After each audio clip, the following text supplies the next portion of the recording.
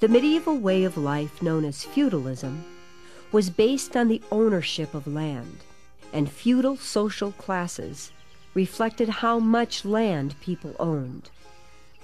Royalty, like kings and queens, were in the highest class. After them came the noble lords, such as dukes and earls. They were followed by the knights, who were followed by skilled craftsmen, who were followed by the lowly serfs who worked the land.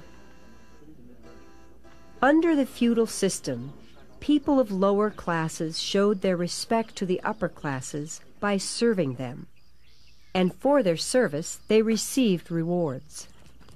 For example, the lord of a great castle might serve his king by supplying him with knights and soldiers for a war. To show his appreciation for this service, the king might reward the lord with a gift of land, usually in the form of a manor, which was an important unit of territory in feudal society. A manor usually came complete with a large house like this one, several farms, and at least one village along with all the serfs who lived in it.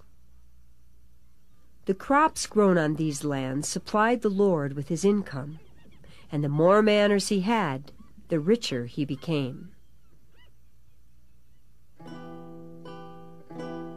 The serfs who belonged to the manors never got rich. They were at the bottom of feudal society because they owned no land. Serfs were not even allowed to move away from a manor without the lord's permission, because his wealth depended on the labor they supplied. The lord rewarded his serfs for the service of their labor by giving them a place to live, a share of the crops they raised, and protection during dangerous times. Because serfs owned no land, they had nothing to pass down from one generation to the next, so their families always remained poor.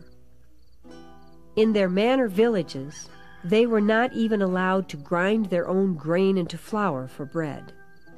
Instead, they had to pay to have it ground at the lord's mill. In feudal society, even though serfs produced nearly all the food, did most of the hard labor, and were the largest class of people, they had few rights and almost no opportunity for education. As a result, it was nearly impossible for them to rise above the poverty that ruled their lives.